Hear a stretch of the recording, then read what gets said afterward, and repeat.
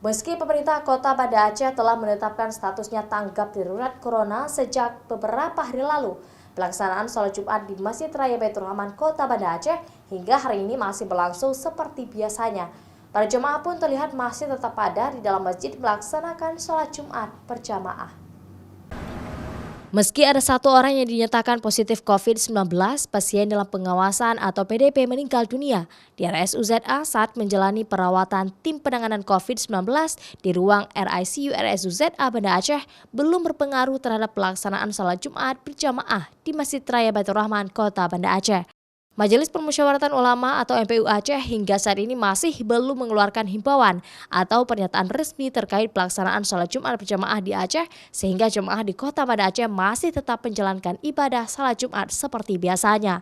Pelaksanaan sholat Jumat kali ini di Masjid Kebanggaan Masyarakat Aceh ini memang terlihat sedikit berkurang jumlah jemaah dibandingkan dari Jumat sebelumnya, namun pelaksanaan sholat Jumat belum ada pembatasan atau jarak tertentu.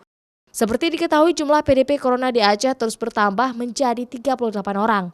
Yang sudah dibolehkan pulang berjumlah 31 orang, sementara ODP berjumlah 193 yang tersebar di 23 kabupaten kota. Satu PDP yang telah meninggal dunia dinyatakan positif COVID-19. Raja Umar, Kompas TV, Banda Aceh.